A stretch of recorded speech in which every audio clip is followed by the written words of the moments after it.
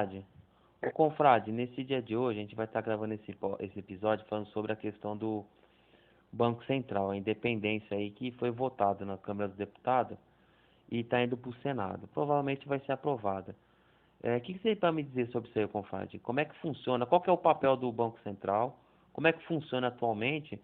E caso seja aprovado, como é que isso passará a funcionar, essa independência aí? Bom, saudações a todos. E antes de tudo, é necessário dizer que isso daí é uma tragédia. Uma tragédia para qualquer perspectiva que nós brasileiros podemos ter em relação ao futuro da nossa nação. Qualquer perspectiva de desenvolvimento. Agora, vamos falar qual que é a verdadeira função do Banco Central.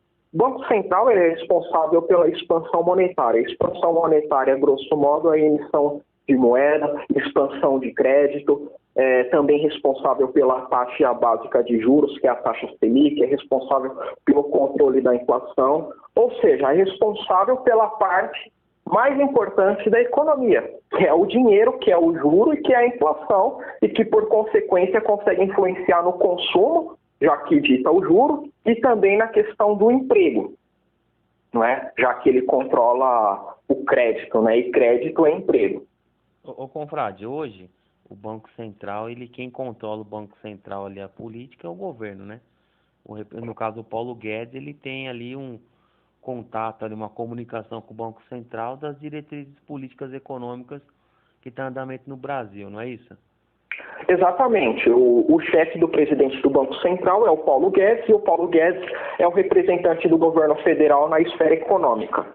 Então, o Paulo Guedes escuta o presidente da República, traça o plano econômico para o Brasil. Esse governo especificamente não tem nenhum projeto econômico para o Brasil, mas isso daí vai influenciar, inclusive, em governos futuros. Não é? Vamos supor que daqui 4 anos, ou daqui 12, 15 anos, chegue um outro governo à presidência do Brasil e tenha um projeto de nação, assim como Getúlio Vargas teve, assim como o próprio Ernesto Geisel teve, assim como o candidato Dr. Enéas Ferreira Carneiro, que não chegou a ser presidente, teve, não é? Vai ser completamente impossível fazer qualquer projeto nacional com a independência do Banco Central.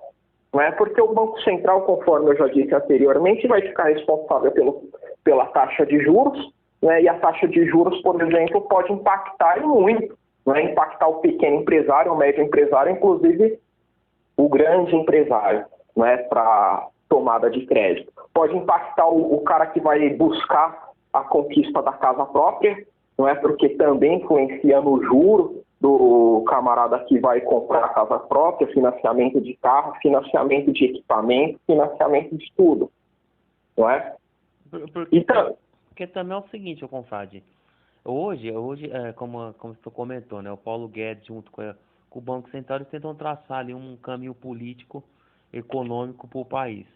Com a independência do Banco Central, muitas vezes pode ocorrer interesse diferente. O governo está caminhando num sentido econômico, e o Banco Central está traçando outros interesses no dia a dia ali para, de repente, sei lá, questão de alguns, como é que fala? Não, o Banco Central ele está ali para representar os interesses do baronato, do rentismo. Eu quero que vocês, ouvintes, tentem fazer um exercício mental de imaginar como seria o Banco Central independente com um Gustavo Franco na presidência do Banco Central. A gente ia ter 40% de taxa básica de juros, o que mataria todo e qualquer capital produtivo que nós temos no Brasil, que já é pouco. Fazendo até uma alusão a um livro do professor Ladislau Dombor, da PUC de São Paulo, estamos na era do capital improdutivo. E com a independência do Banco Central, isso vai se aprofundar ainda mais a era do capital improdutivo, não é? Que é o capital do rentismo. Não é? Vai utilizar aquele mesmo jargão de que é necessário termos juros altos para que não ocorra fuga de capital, não é? E que o investidor vai ser atraído para o Brasil por conta dos juros, só que, na verdade, o que vai ser atraído para o Brasil são especuladores, aves e rapina, não é? Porque investimento é em capital produtivo, é em indústria, é em tecnologia, é em educação. E isso os investidores de fora não vão fazer aqui no Brasil. Até porque nós temos inúmeros problemas e existem inúmeros países com possibilidades melhores e mais atrativos para o cara fazer investimento verdadeiro. Aqui no Brasil, não. Ô confrade, eu digo o seguinte, eu sei que tem alguns países, acho que é a China, a Noruega, o Brasil e mais alguns outros países ainda que mantém seu Banco Central sem independência, né? Porque ali ele tem um controle mais específico como você falou, da emissão da moeda, né, da taxa básica de juros, da circulação de moeda no dia a dia. Sim. E com essa independência, a gente abre espaço para que esse grupo externo de abutres venha manipular, ou não sei, em algum sentido a nossa moeda, ou no nosso câmbio, alguma coisa? Na verdade, quem está à presidência do Banco Central hoje, quem esteve no passado, a maior parte das vezes foram representantes legítimos do sistema financeiro internacional, utilizando a frase do Dr. Enéas. Dr. Enéas que dizia, né, no dia que o Banco Central for independente, não tem mais por que concorrer à presidência da República. Eu vejo subserviência ao poder mundial. Eu vejo um governo do nosso país de joelhos no cenário internacional. Eu vejo o Banco Central caminhando para ser independente ou autônomo, usemos a palavra que quisermos.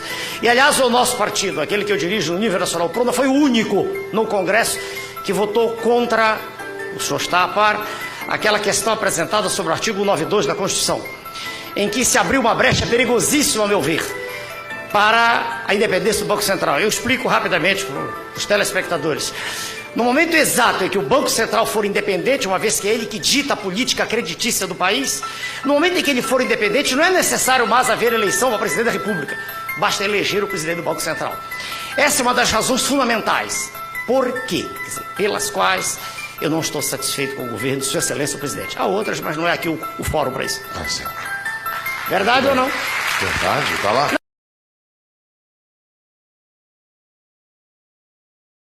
Porque será simplesmente impossível fazer qualquer desenvolvimento econômico com o Banco Central independente, onde o presidente não consegue influenciar na política monetária do país. Então, não é? Mas justamente é isso que eles não querem, né, confrade? E outra, o senhor aí falou sobre a China, a Noruega e o Brasil, não é? A nação em expansão hoje, que é modelo econômico para o mundo inteiro, não é mais os Estados Unidos. Estados Unidos é o país que tem a maior dívida do mundo, é o país que imprime dólar a rodo. Se o dólar não fosse a moeda negociada, a principal moeda do comércio internacional, os Estados Unidos teriam a maior hiperinflação do mundo, superando a da Venezuela, superando a de Zimbábue. Né? Isso só não ocorre porque o dólar é moeda padrão em transação internacional. Tudo que você vende no mercado estrangeiro é em dólar, então ele acaba tendo um curso forçado internacionalmente. Então essa inflação não ocorre e muitas das vezes ele até exporta a sua inflação para países de terceiro mundo, mas aí é um outro assunto. Mas voltando a falar sobre o Banco Central, seria simplesmente impossível o desenvolvimento econômico chinês, inclusive a erradicação da extrema pobreza, conforme anunciou Xi Jinping, né, recentemente, seria simplesmente impossível com o Banco Central independente, porque a China tem inúmeros bancos de fomento, como por exemplo o BNDES.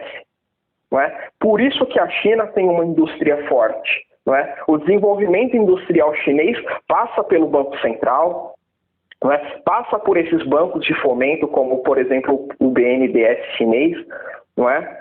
E também por uma outra coisa que ninguém fala aqui no Brasil, um dos poucos que falam é o Ciro Gomes, né? Que é a quebra de patentes. Não é? A China conseguiu, basicamente igual o povo fala aqui no Brasil e em todo o Ocidente, o produto chinês tem uma menor qualidade, mas é idêntico ao da marca tal.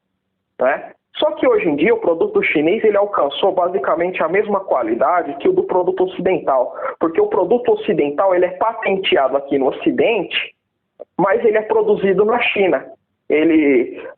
O chinês grava a marca no produto, o americano, por exemplo, a patente é americana e o americano vende como se fosse produzido nos Estados Unidos, como, por exemplo, o iPhone. Mas é todo produzido na China, com mão de obra chinesa, pagando imposto na China. E aí o chinês produz uma cópia daquele celular com uma outra marca. Né? Isso daí se deve ao quê? A quebra de patentes que é permitida na China depois de um certo tempo. A China atrai essas empresas com benefício fiscal e depois ela basicamente copia o seu produto e concorre com aquela marca principal. Né?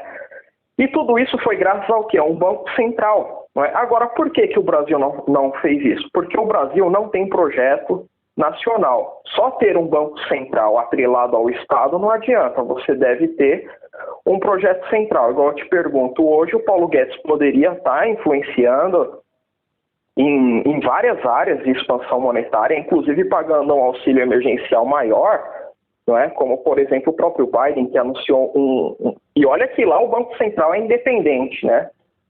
O próprio Biden anunciou um pacote de ajuda fiscal de 1,9 tri, né, de dólares. Agora aqui, o brasileiro está esperando um auxílio emergencial de R$250 e como se fosse uma baita maravilha. Dá $50, né, confrade? Sendo que hoje, não é? Conforme eu inclusive vi na página do senador Álvaro Dias, que é outro liberal lavajatista, mas serve para se informar, o Brasil queimou mais $1 bilhão em reserva para tentar segurar o câmbio que estava 5,74. Não é? Então, todas essas reservas que estão sendo queimadas, que foram adquiridas em governos anteriores, poderiam ser usadas para o desenvolvimento nacional, ou inclusive até para financiar aí auxílios emergenciais. Mas o que acontece? Ele liquida esse $1 bilhão, dizendo que vai segurar o câmbio, quando na verdade ele está gerando liquidez para especulador ganhar dinheiro em cima da nossa moeda. Para acalmar o mercado, que eles falam. Acalmar o mercado. É dar dinheiro para os caras de fora. Exatamente. Igual quando tem uma criança, né? Eu não tenho filho, mas já vi muitos por aí no mercado, querendo aquele produto aí o pai dá para acalmar a criança. É basicamente isso que acontece na economia. O mercado fica nervoso que não está ganhando tanto dinheiro, vai lá o senhor Paulo Guedes e o senhor presidente do Banco Central e libera $1 bilhão para facilitar a liquidez do especulador, aí o especulador se acalma, né? Para de chorar, para de berrar na orelha. É uma transferência de riqueza da alta patente. Sim, é a transferência, conforme eu já disse, é a transferência do capital produtivo para o capital improdutivo, para o capital parasitário que Gustavo Barroso já denunciou em vários de seus livros, como, por exemplo, Brasil, Colônia de Banqueiros.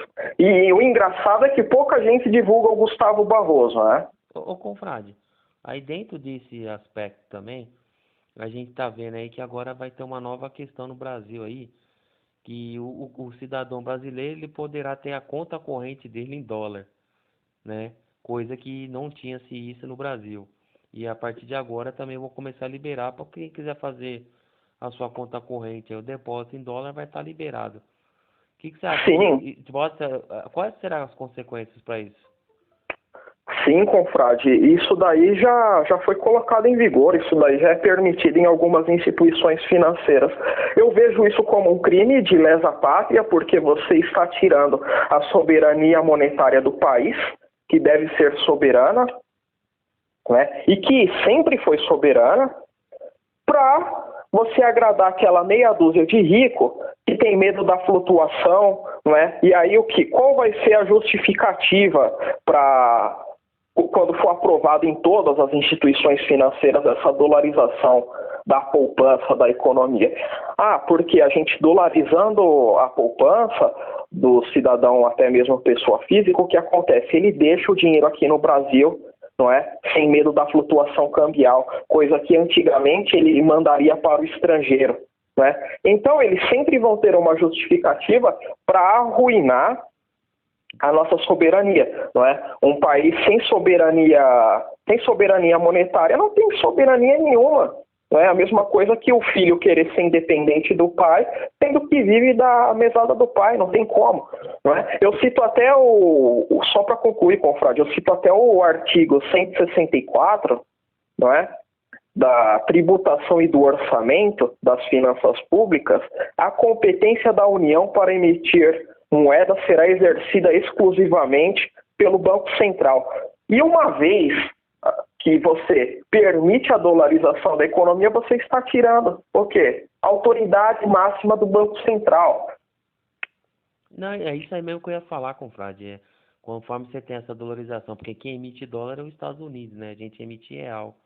Então a gente faz a nossa poupança em real e agora as pessoas vão começar a fazer sua poupança em dólar, né? E a gente tem um exemplo de nosso país vizinho que não deu muito certo, que foi a Argentina. Hoje a Argentina, se ela quiser emitir algum título da dívida dela, ela não consegue emitir na sua moeda nacional, que é o peso. Ela tem que emitir em dólar. Então, a gente vê a situação que se encontra a Argentina, né?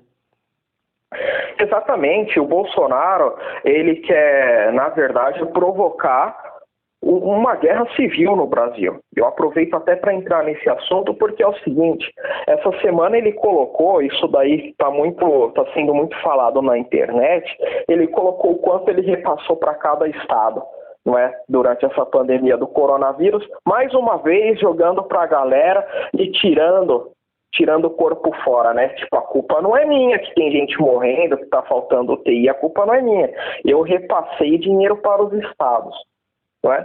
Quando, na verdade, ele não repassou nada, porque quem produz riqueza nesse país aqui são os estados. Não é? E, por exemplo, aqui, o estado de São Paulo, em 2020, ele repassou para a União 414 bilhões em impostos e recebeu de volta somente 55 bilhões. Né? Então, e aí os bolsominions deliram, olha, o Dória. O Dória é outro farsante, é outro representante desse mesmo sistema que o Bolsonaro representa, só que fala de uma forma mais polida. Só que o Bolsonaro, ele está querendo o quê? Deflagrar uma guerra, inclusive, de secessão. Não é? Porque o único governador que está aprovando as presepadas dele é o senhor principiante Romeu Zema, do estado de Minas Gerais. Né? Enquanto que os outros governos todos estão entrando com ações em STF, etc. O governo, e aí inclui o assunto do Banco Central. Os governadores estão fechando tudo, então eles são responsáveis por pagar o auxílio emergencial. Simplesmente não, porque quem pode emitir moeda é o governo federal, é o Banco Central. O Estado não tem como. O Estado não tem autonomia para isso. O Estado não tem autonomia para isso. O Brasil, o Banco Central, o Ministério da Fazenda, ele pode emitir dívida dentro da sua própria moeda. O Estado de São Paulo, o Estado de Minas Gerais, Rio de Janeiro e Espírito Santo não tem moeda própria e nem pode ter. Hoje eu vi um cara na internet falando que os estados poderiam emitir moeda própria. Daí, a gente está entrando numa loucura coletiva que eu não sei onde que vai parar esse país. E aí eu estou falando gente de esquerda, de direita, inclusive eu estava falando com um professor meu da graduação, e ele é um liberal, mas um liberal sensato. Não tem um candidato que a gente fale, olha, vai chegar e vai resolver as coisas. A gente tem o lavajatista Sérgio Moro, outro que apoiou a Lava Jato, que é Luciano Huck, outro que apoiou a Lava Jato, que é o senhor João Dória, outro que foi eleito pela Lava Jato, que é o senhor Jair Bolsonaro. Aí quando chegou nos filhos dele, ele está contra a Lava Jato, fazendo complô, inclusive, com o próprio PT, né, para barrar as investigações do Flávio Bolsonaro, que aproveito aqui para expressar minha indignação. O camarada tem 39 anos, nunca ganhou mais de 20 mil reais em salário líquido e tem mais de 37 imóveis e comprou recentemente um imóvel de 6 milhões de reais. Eu quero saber o que ele está fazendo. O Paulo Guedes tem que estudar com ele essa multiplicação de dinheiro aí para abençoar a nação brasileira. Ganhou na loteria, compadre. Ganhou na loteria. Vendeu recentemente a loja de chocolate aí. Então, eu não vejo esperança para o Brasil, ainda mais com esse projeto criminoso de independência do Banco Central. Isso daí simplesmente vai colocar a gente num abismo financeiro, e veja que isso daí não é o suficiente para acalmar o mercado, porque a gente está com a moeda nominal mais desvalorizada da história do Brasil. Né? Foi no governo Bolsonaro. E esse pessoal de direita, principalmente, eu sou nacionalista, eu não me enquadro em esquerda e direita, mas é o seguinte, esse pessoal da direita liberal fala o seguinte: como o Banco Central é independente, vai ser importante para controlar ainda mais a inflação. Peraí, os responsáveis pelos períodos inflacionários do Brasil, nenhum governo foi de esquerda.